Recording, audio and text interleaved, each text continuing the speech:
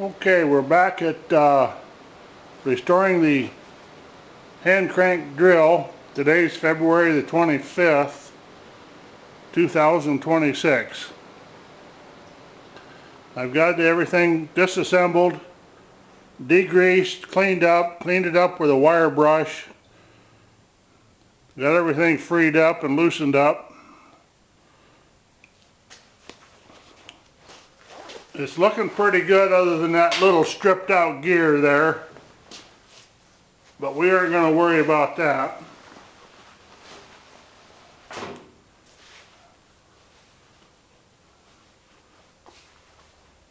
And it is a Dunlap. When I cleaned everything up, right here it says Dunlap. Made in USA, model 1070. They've stamped that in the handle there. And I don't know if Sears and Roebuck were the only ones that sold Dunlap tools, or Dunlap was a standalone tool company. I'm going to do some more research on it, see what I can find out for the next video. But you see a lot of these Dunlap tools around. Of course, Sears and Roebuck was very popular catalog store. Order these on a catalog and a couple weeks it'd come to you in the mail. But we've got everything freed up, working like it should. One unique feature I found on this, maybe it's not unique, it's just the way they were, but I've never taken one of these completely apart. But there's two places for the set screw to go here on the shoulder part of it. So you could tighten it up there and use it in that direction, or turn it a quarter of a turn for the other direction. So you could either have it like this to drill with, or like that, depending on the position, whichever was handy for you. That's the kind of things on these older tools they thought about, incorporated them into their tools that made them so much better than what you can buy today.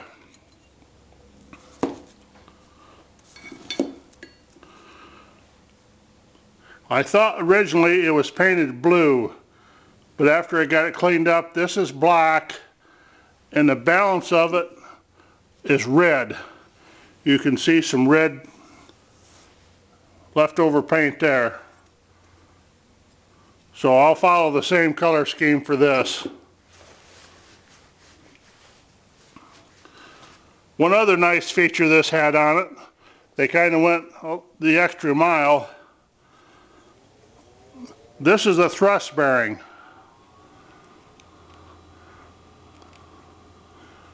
There's little balls that go in here, and the balls are captured in this bearing. And this slides down here like this, and then this assembly pushes up in there. Actually goes this way.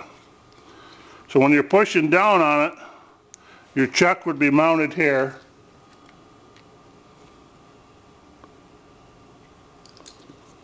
So when you're pushing down on it,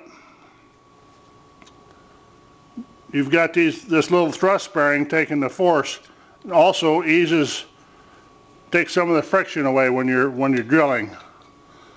So that's a nice little feature. You wouldn't find that today. These are some examples of some other little hand drills. This is a little tiny one here.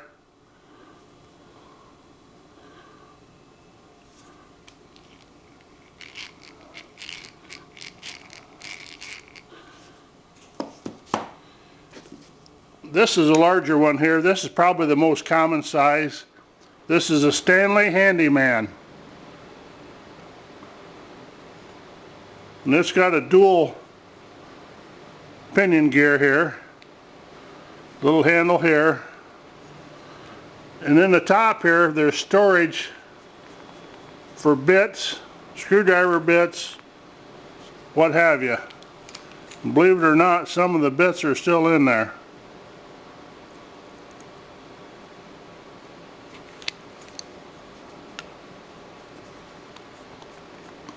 Most of the time the bits are missing. This is missing something.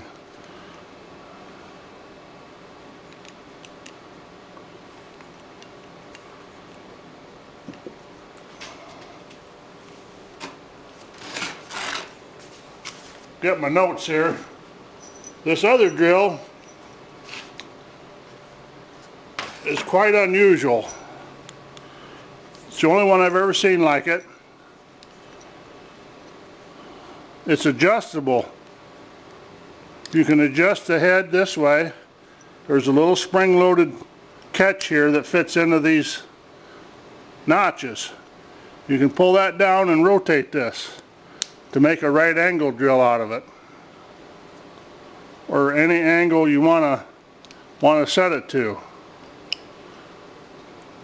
Kind of a nice feature, as well as the handle is adjustable. There's a serration here and a lock screw. You can move it to have it like a pistol.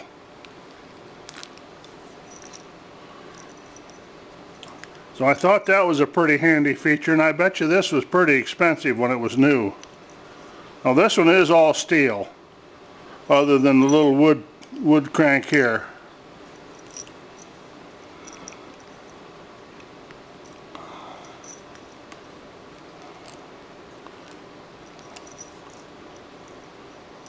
Pretty nice little tool.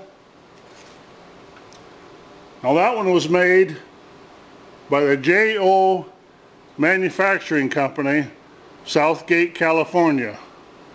And it's a model J01C, Clausen.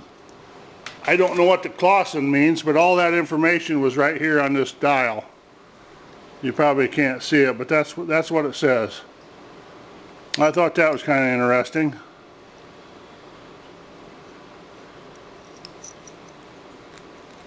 Nice tool. Unusual.